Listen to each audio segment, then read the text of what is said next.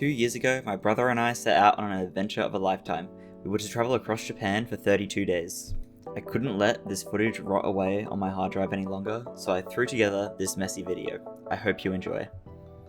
Day 1 started with some conveni food and a 40-minute train ride out to Kamakura, a seaside town on the edge of Tokyo. We then got some curry bread as our second breakfast and then set out on exploring the town. We arrived at our first bamboo forest of the trip, where they even served us some matcha. Now usually I'm not the biggest fan, but when you serve it to me in a place like this, it's hard not to enjoy it. We then marched back through the town to arrive at the second largest bronze Buddha statue in Japan. It's been standing since the 12th century, and you can even pay 100 yen to go inside of it. Our last stop in Kamakura was this temple at the top of a hill. It was gorgeous, and it was even cooler because it had a little cave system that we got to explore. On our way to Yokohama, we couldn't help but stop in at this gorgeous park. It was filled with buildings from all across Japan representing different building styles. And if you're not interested in the buildings like I am, then there's plenty of cats there to keep you entertained. Damn, bro, chillax. You had no one to Tokyo all day or something? He likes you, or she. Every cat likes the butt scratch.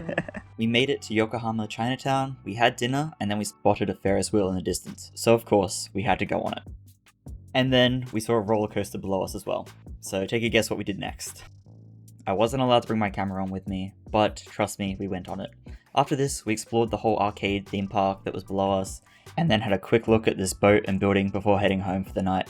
Our excitement of being in Japan drove us to do a lot on day 1, so day 2 was going to be a lot more chill. We checked out of our hotel and headed into central Tokyo. We dropped our bags off in a bag locker and just started wandering around the city. We ended up in a shopping mall that was so nice that it even had an art gallery. We stumbled across the Pokemon Cafe, which my brother and I would have loved to eat at, but it was way too busy, so we got ramen instead. We ended up at the Seiko building, and we noticed that all the streets around it were closed. I'm not sure if this was a special thing, or if they do it on the weekends, or what, but I thought it was pretty neat. The Nissan showroom was right next door, so we couldn't help but check that out. It showed off the old Z, the new Z, and of course the GTR. Then it was finally time to pick up our bags and check into our hostel. This was the small, little wooden box we would be staying in for the next week or so. It wasn't pretty or massive, but it's more than enough. We explored the roof of our hostel and then headed out for the night. Professional soda pop. Oh! So we just had a fat chat with a French man at our hostel up on the roof, and now we're walking to an arcade, and we got some hot chocolate out of a vending machine. This smells really fucking good. How crazy is that? Hot. It's actually hot out of a vending machine. What the fuck? Okay, it's occurred to me that most cold countries around the world probably have warm vending machines, but I live in Australia, so that's not normal, and that's why I was so excited. Anyway, we spent the rest of the night at an arcade. We started day 3 off at Tokyo Station. It was a beautiful building with these nice dome ceilings. We then got on a train to Shibuya, where we realized most of today is going to be ruined by rain. So we hid in a restaurant that also happened to have ping pong.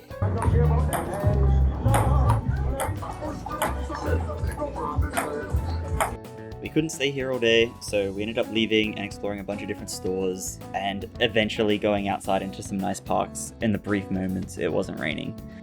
Later on, we ended up in Shinjuku, where we did some bouldering. Now this clip is sped up, but it showcases my brother's skill, and then right after, you'll get me attempting a much easier boulder, and, well, you can see how it goes.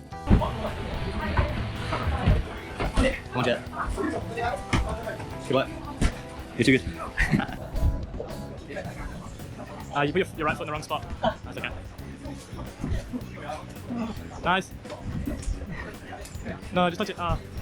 We spent a good 3 hours here just tiring ourselves out before heading back out to visit the government buildings. A very kind security guard just helped. We were just about to give up hope on getting to the observation deck. We got about 24 minutes till it closes.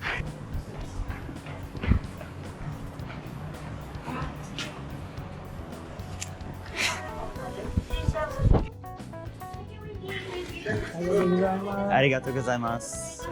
55 seconds. Now, my old GoPro doesn't do this view justice, but it is absolutely gorgeous and well worth it coming up here, especially because it's free. Day 4 was Team Labs, and I'm actually just going to shut up and let the footage talk for itself.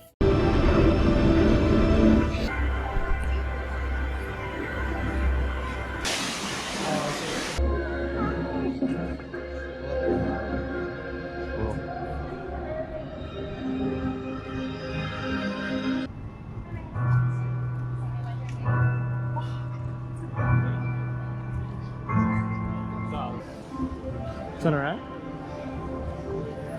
Whoa, that's fucking sick.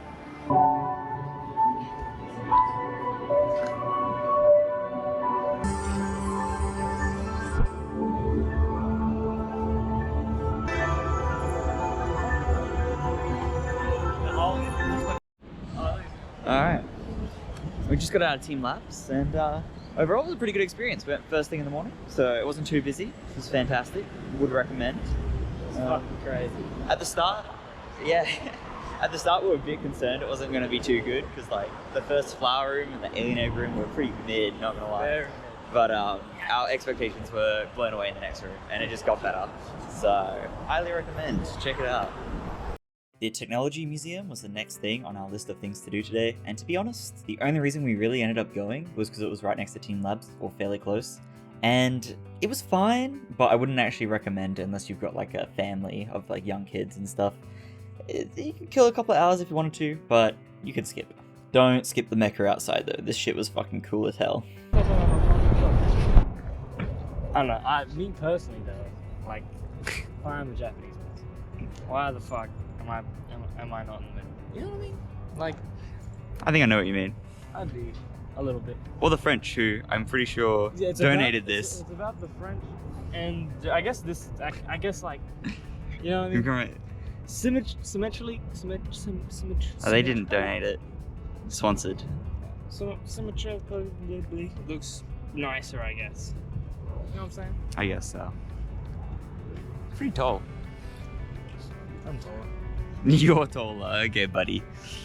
While we were walking around and finding all these cool things, we also found out that Japan has its own Statue of Liberty. We had no idea that there was more than one of these in the world, and that the French kind of just gave them out. Now granted, this isn't as big as the one in America, but I'm a bit upset that Australia hasn't received one of these yet. Maybe it's because we're still part of the British Commonwealth or whatever. But I think given the state of America at the moment, maybe the French would be okay with us just taking theirs. Anyway, we took a train back to the center of Tokyo to visit the iconic Tokyo Tower. It was about $15 to head up to the top, and while the views are nice, it's not high enough to see the great expanse of Tokyo. However, just like me, for what it lacks in height, it makes up for in beauty, because goddamn it's gorgeous to stare at. Day 5 got off to a pretty easy start. We got onto one train, and then another train, and a third train. Just so that we could walk, and walk again, and walk a bit more. Just so we could wait in this line, and then get this shot. Some of y'all might say that that's a waste of a day, but we would both do it again. It was so much fun.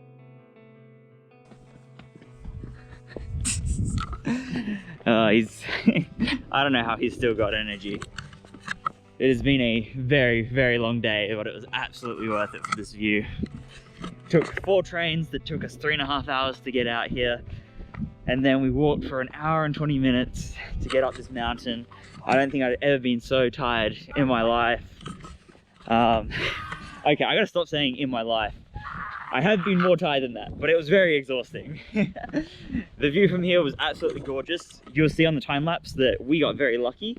As we went out to take our photos, the cloud moved out of the way for us, which is just fantastic. We are so lucky that we came here on this day and that there's very little clouds in front of it. We got to the bottom of the hike just in time for golden hour, which left this temple looking absolutely magical.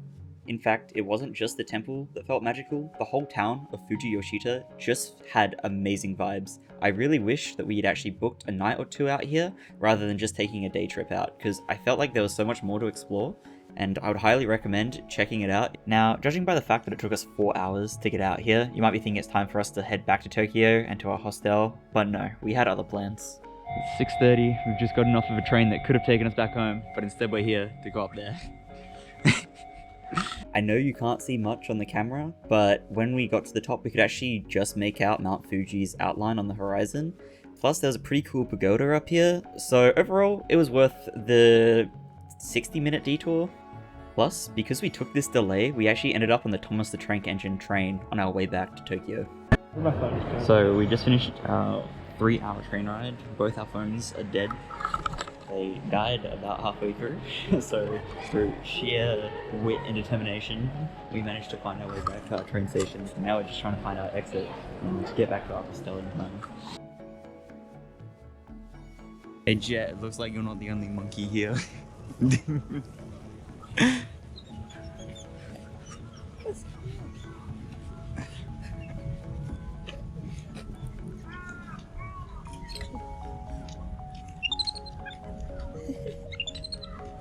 you touch?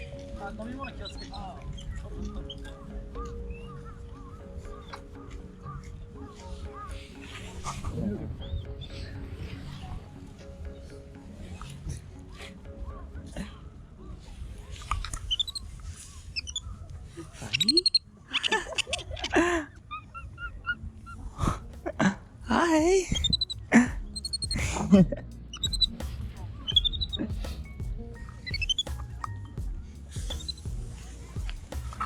Now, I could go on and tell you all the interesting stuff that we learnt about at the museum that day and show you all the cool animals that we saw at the zoo, but honestly, nothing compared to that first interaction of the day. So, yeah, that's day 6. Day 6 is just the monkey. Day 7, we went and visited the Imperial Palace. Unfortunately, it wasn't there.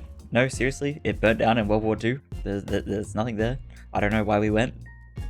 But in fairness, the Imperial grounds did have some cool buildings around to look at, and some really cool gardens as well.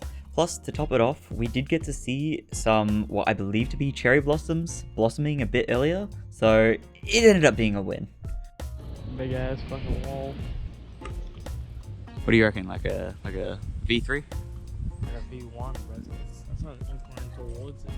Yeah. There's definitely people that can walk up there. So what, when you free soloing it? After this, we headed back over to Shibuya Crossing, where we were greeted with much nicer weather this time. We got to see the famous Hachiko dog statue, but we didn't bother lining up for a photo. We then ended up at Yoyogi Park, where they have Meiji Temple and a bunch of other cool things. But honestly, the thing that impressed me the most about this park is it's in the center of Tokyo, but it doesn't feel like it at all because the tree coverage blocks out pretty much all the buildings. Speaking of buildings, we actually ended up back at the government buildings after this, where you could actually see Yoyogi Park from the view. But even cooler than that, we got to watch the sunset behind Mount Fuji. Now look, if you're not going to go to the government buildings, at the very least, you should go to the NS building next door, go up to the 29th floor, and then get a $10 meal with a view of Mount Fuji. Good morning. We woke up nice and early this morning to run down to the post office to try and retrieve our sumo tickets. Unfortunately, they got returned to sender and the nice man at the post office could not help us, which was quite unfortunate. But it's alright, we've made the most of our morning by going to Sensoji Temple, and now we're looking at the sky tree for about to go while sitting on this weird park bench thing.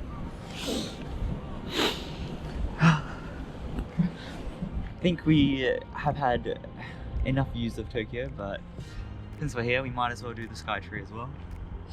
View it from all the different angles, rate all of them, see which one we prefer. This one is the tallest.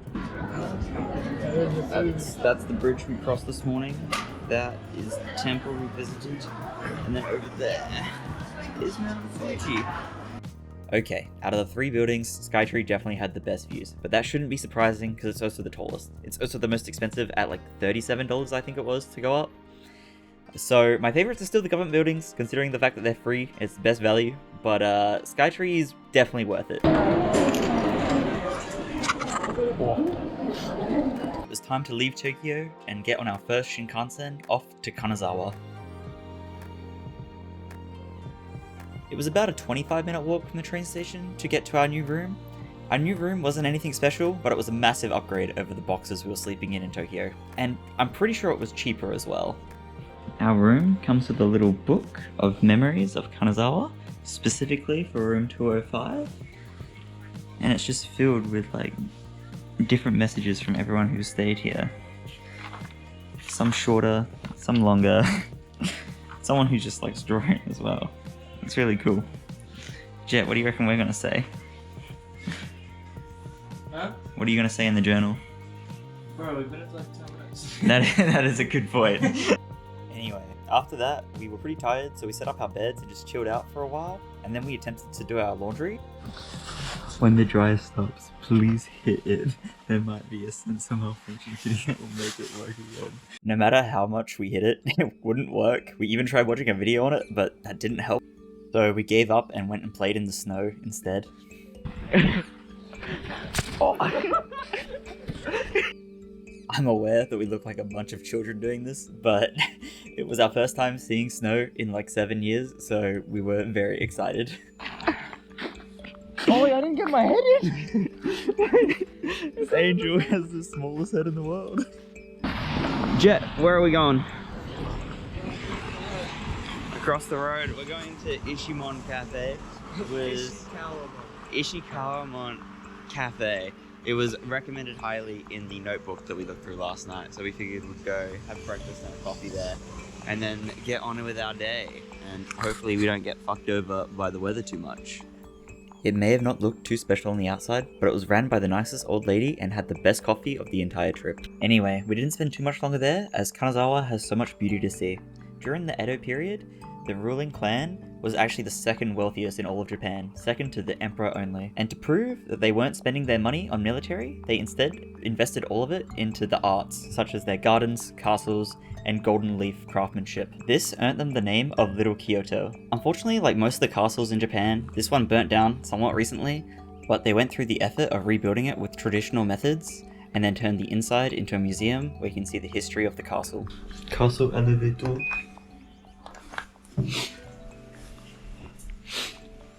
Damn, the Japanese were really ahead of their time, eh?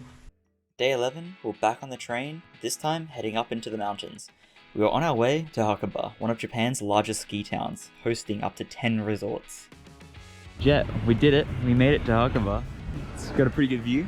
We've got a few objectives. First, and not least, get food.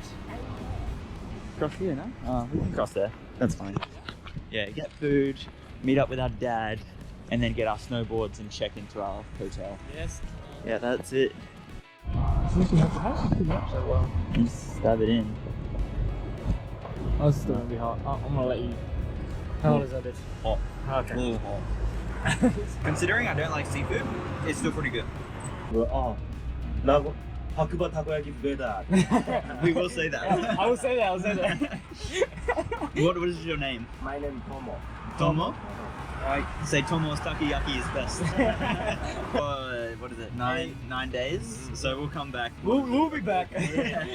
We'll have to try another one next time. What do you recommend? Spicy one. I was about to say spicy looks good. Yeah. Okay. Ooh. Alright. Alright. Thank you very much. No problem. Enjoy Hakuba. So we just did a self-check-in for our hotel in Hakuba. Early. And here it is. We've got 2 bunk beds up there, 2 down here, and you can tell Australians come here all the time because the outlets are made for Australians as well, and they got the Japanese ones on the back. That's cool. That's our view. It's very nice.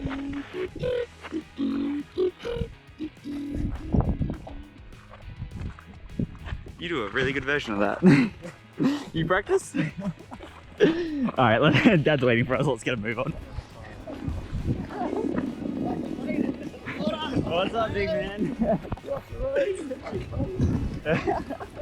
Which way did you go that way? Yeah, well, we're more that way. Yeah, My phone took us through some snow. Oh, really? Yeah, we were like just under our knees. How long did it take to walk from there? Like 10 minutes. So yeah, we spent the rest of the day getting our snowboard gear and then having some dinner.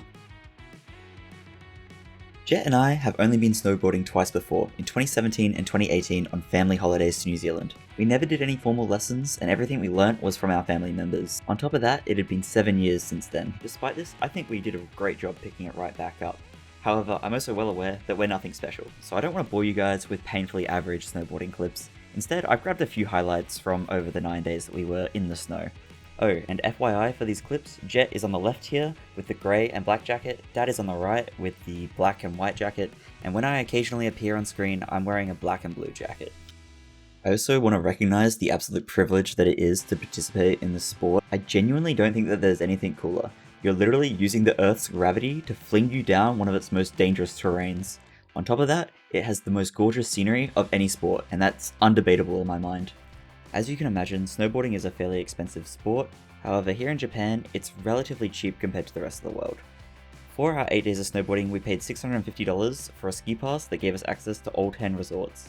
On top of this payment, we also had to pay for our equipment, which was $450. So for the 8 days of snowboarding, it came to a total of 1,100 Australian dollars. Don't get me wrong, that's still a lot of money, but for what you get, it's kind of understandable. If you're planning on going for your first time, I wouldn't recommend doing anything more than 3 to 4 days, as it does physically take a toll on your body and you need time to recover. Make sure you do your research and go to a slope that has a nice wide open place to learn. Learning on the cat tracks, where it's way too skinny and close to the edge, will scare you and you won't want to come back. And lastly, make sure you respect the mountain, because while this is a really cool sport, it is also very dangerous. Oh, and real quick, here's my favorite clip from the park runs we were doing.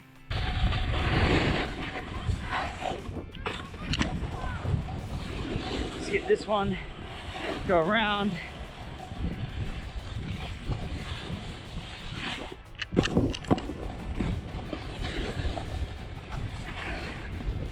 I want to try this box. Line it up, line it up, line it up. Off to the side. Little bit not centered. Not centered. That is okay.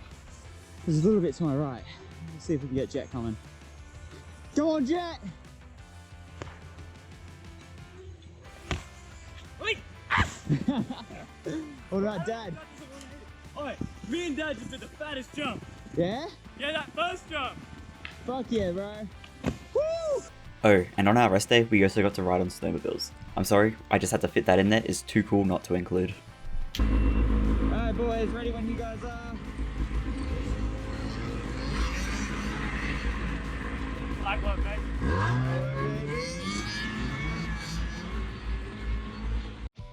And just like that, our snowboarding adventure was over, and it was time for us to head over to Kyoto. That's it. Oh, no. This is the one. We got Ryan.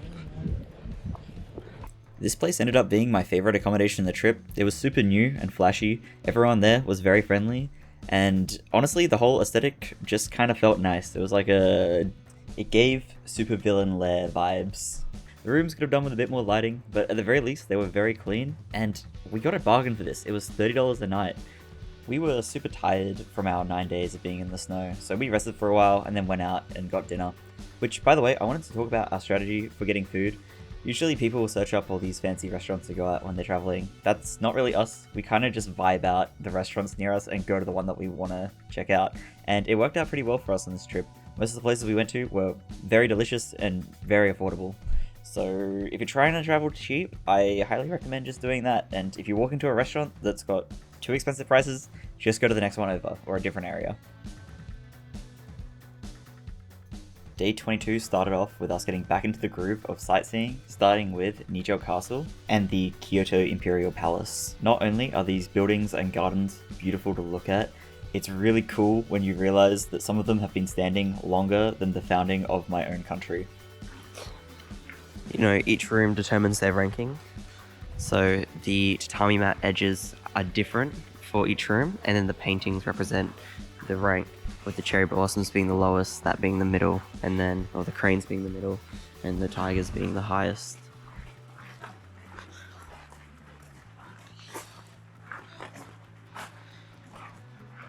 And to be fair, the tigers do look the coolest. That's very nice. Only the most effort put in, the backgrounds and everything. Yeah, and then the cherry blossom room are only allowed to enter from this way using the stairs, whereas the other two rooms can go in using the carriage porch on the other side. We did a few tours through the castle and palace while we were there. Unfortunately, we weren't allowed to record, which is understandable. It gives something for other tourists to look forward to when they go. So if you do go, please check it out. It was wicked. That night, we ended up at Fushimi Inari Taisha, or what you probably know as the Thousand Torii Gate Shrine. The cool thing about Shinto shrines is generally they're open 24 hours to the public, and if you come at night, you can avoid most of the tourists. Just remember to be respectful.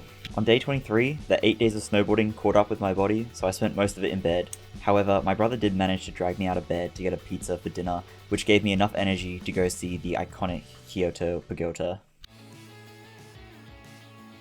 After wasting a day, rotting in bed, we jumped right back into the touristy activities, starting with the bamboo forest in Kyoto. It was way larger than the one that we saw back in Kamakura. Unfortunately though, there was no matcha this time. And then we headed up to the monkey park to make a donation. Well, Jet, it's been a good 19 years knowing you. I'm sorry to tell you this, but this is your new home, buddy. I'm gonna miss you so much. Unfortunately, the monkey park wasn't taking strays in at the moment, so I had to kind of stick with him for now. So we went and explored the market street nearby our hostel, and then spent the night doing probably the most touristy thing I've ever done.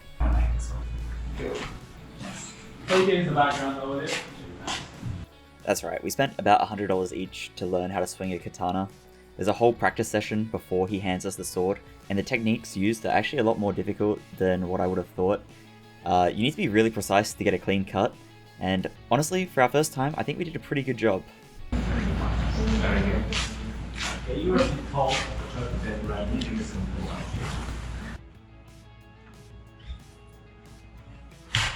Yes, Jet. Oh, both hands on, Jet. Keep going. Next time. Yeah. Now, once again, make yourself roll. Yeah. Oh, that's deep. Very good. Stay still. Stay still. Very good.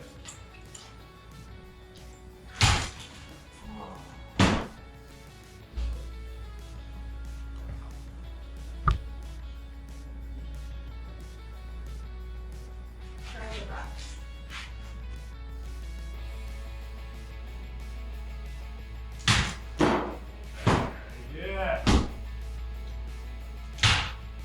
Yeah.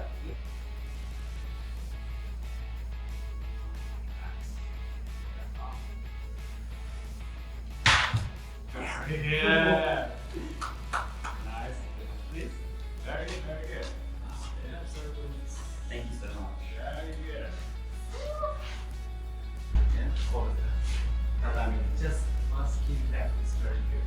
It looks nice. Looks Yeah. good. Because if you turn it off, it has going down round. Get very It's very It's a nice. bit more clean. More Very easy good. clean. And then on that. If it's not obvious, our sensei was the absolute goat. He made it such a fun time learning how to wield the katana. Anyway, afterwards he sent us on our way to learn how to throw some shuriken.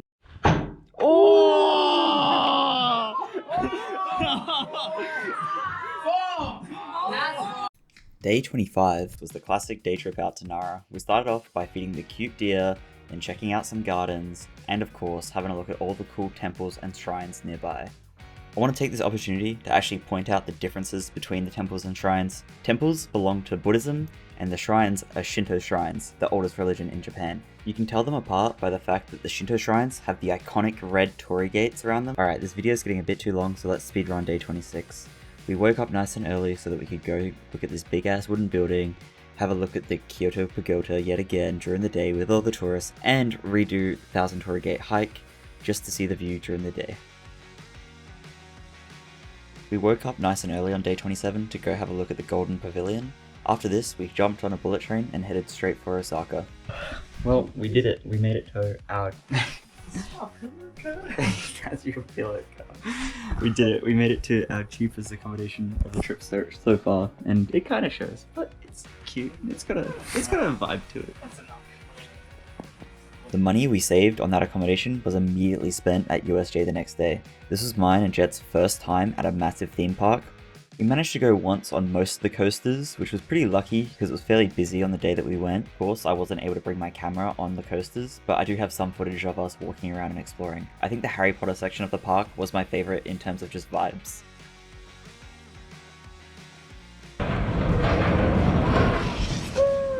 What's up, Garrett? If you've ever been sucked down the rabbit hole that is Japan TikTok, you absolutely know what this place is already. It's Round 1 Stadium. It's a massive indoor entertainment center with arcade games, karaoke, bowling, darts, basically anything you can imagine. They even somehow managed to fit a batting cage up here. Basically how it works is you pay an entrance fee of somewhere between $30 and $60 depending on how long you want to stay, and you can play pretty much anything here for free. Just make sure you take turns with everyone else. Oh, and by the way, it's open 24 hours a day, so you have no excuse not to come check it out. Day 30 was our sightseeing day for Osaka, So of course, we started off with Osaka Castle. It was really cool. It had a museum through the center of it, and then the view from the top was actually quite nice. We saw some weird-ass animals on our way there, though. After that, we ended up getting some Ichiran, and then somehow found ourselves in the middle of an anime cosplay convention thing. It was actually really cool to see. Later that night, we just wandered the streets checking out the nightlife. It was really vibrant and had its own unique style when compared to Tokyo.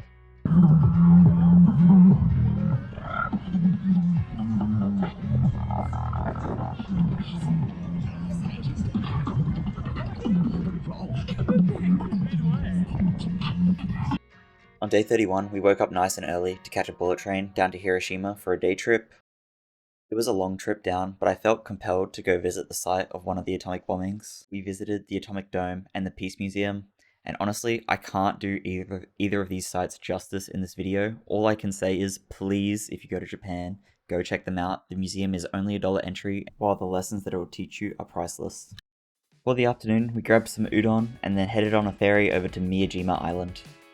Miyajima was absolutely stunning. It was a completely different vibe from the rest of our trip. We'd spent so much time in the snow that we forgot Japan had a variety of environments to enjoy, like the beach islands down here. This was our last non-travel day in Japan, and I don't think we could have picked a better spot to spend it. Of course, we couldn't help ourselves but go on one last hike. The scenery up here was simply breathtaking.